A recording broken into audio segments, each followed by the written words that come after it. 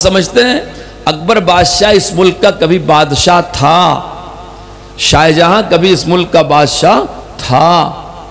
آج اس ملک میں آپ بادشاہ ہیں، آپ کو اگر اس ملک میں رائے دینے کا حق ہے، آپ ووٹ دے سکتے ہیں تو آپ صدر جمہوریہ بن بھی سکتے ہیں۔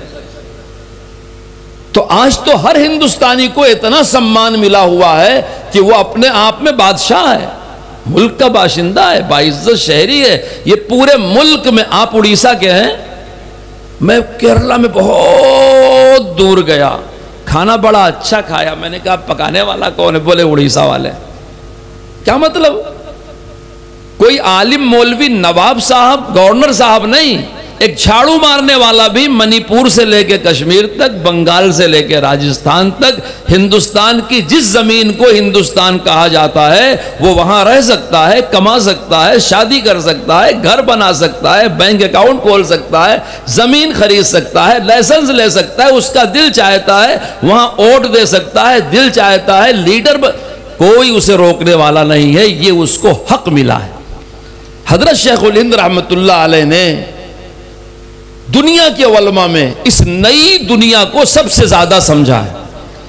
آپ تقریریں سنتے ہوں گے، اشتہار بھی چھاپتے ہیں، حالات حاضرہ اور ہماری ذمہ داری، حالات حاضرہ۔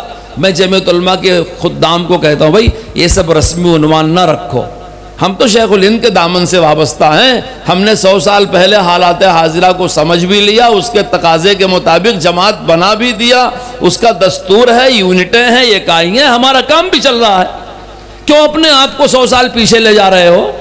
جن لوگوں پر ابھی بھی راز نہیں کھل سکا کہ اس نئی دنیا میں اسلام اور مسلمانوں کا تحفظ کیسے کیا جائے گا، وہ یہ سب عنوان رکھے۔ ہمارے اکابر تو 100 سال پہلے سے بتا چکے ہیں، ہم تو وہ بات بتائیں گے کہ یہاں کیا کرنا ہے کیا نہیں کرنا ہے، اجمالی بات ہمارے یہاں نہیں ہوتی۔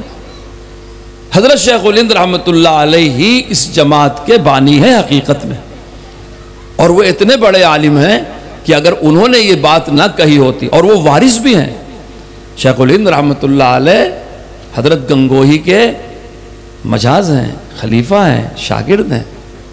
حضرت گنگوہی شاہ ولی اللہ کے خاندان کے شاہ اسحاق صاحب کے شاگرد ہیں، اور شاہ ولی اللہ شاہ عبدالعزیز کے بغیر دین کی کوئی بھی تاریخ ہمارے ملک میں مکمل نہیں ہو سکتی۔ مجدد الفسانی کے بغیر دین کا کوئی شعبہ مکمل نہیں ہو سکتا، کسی فرقے کا عالم ہو۔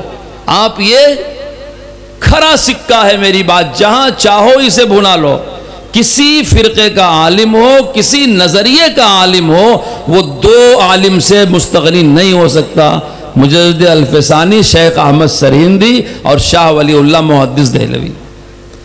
لیکن صحیح معنی میں اگر کوئی ان کی فکروں کا وارث ہے تو جمعیت علماء، جی صحیح فکروں میں۔ کیسے؟ میں آپ کو ایک مثال دوں۔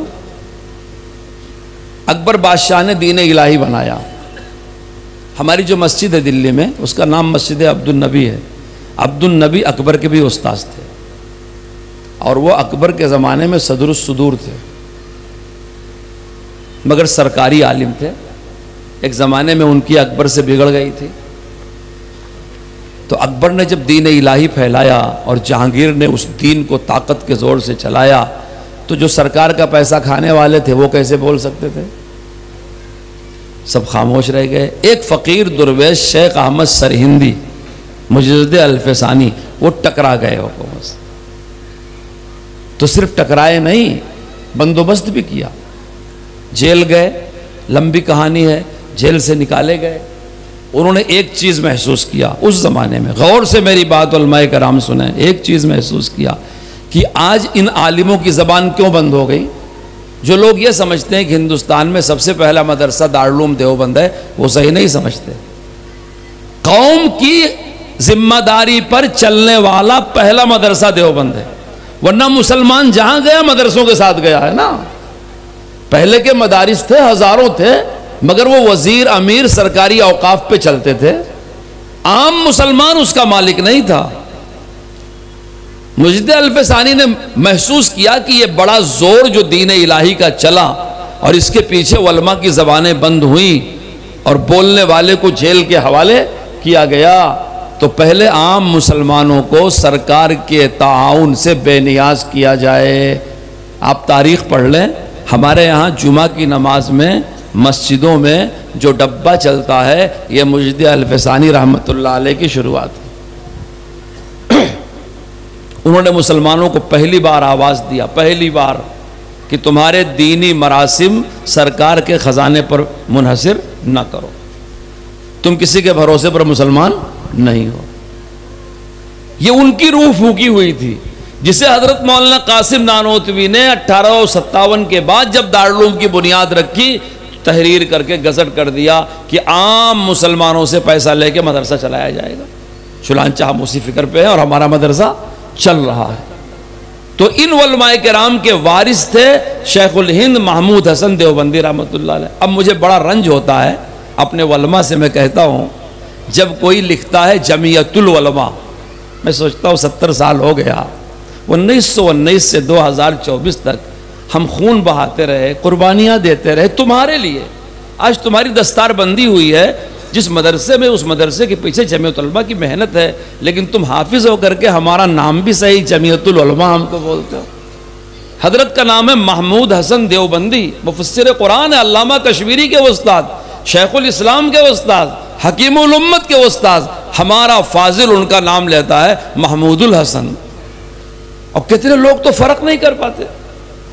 میں ایک جلسے میں موجود تھا، جمعیت علماء کا جلسہ تھا، ہمارے ایک ورکر زبردست تقریر کر رہے تھے اور مولانا حفظ الرحمان سیوہاروی کا نام مولانا حفیظ الرحمان، مولانا عبد الحفیظ، مولانا حفیظ اللہ یہ کہہ رہے تھے۔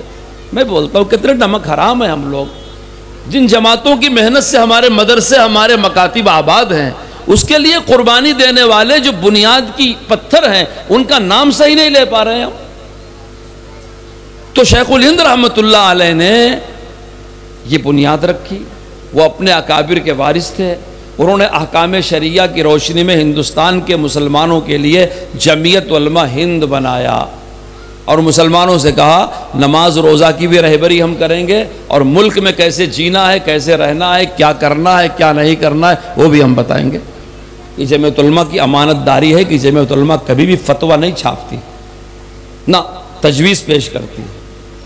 علماء کرام دونوں کا فرق سمجھتے ہیں، فتوے میں اختلاف ہو سکتا ہے، مظاہر العلوم کا فتویٰ کچھ ہے، دارالعلوم کا فتویٰ کچھ ہے، ایک فتویٰ دیوبند سے آیا کچھ ہے، دیوبند والوں کو اڑیسہ کے حالات نہیں معلوم ہے، سونگڑا کا کوئی مسئلہ تھا، دارالعلوم کا فتویٰ آ گیا، یہاں کے مفتیان جانتے ہیں کہ ایسا نہیں ایسا ہونا چاہیے، اور ان کو حق ہے کہ جہاں یہ سمجھتے ہو حالت حاضرہ اپنی آنکھوں سے دیکھ رہے ہو، مشاہدہ کر رہے ہو، فتوے سے اختلاف کر سکتے ہیں، لیکن فتویٰ حکم شرع ہوتا ہے اور حکم شرع کی مخالفت گناہ ہوتی ہے، اس لیے جمعیت علماء کبھی فتویٰ نہیں چھاپتی۔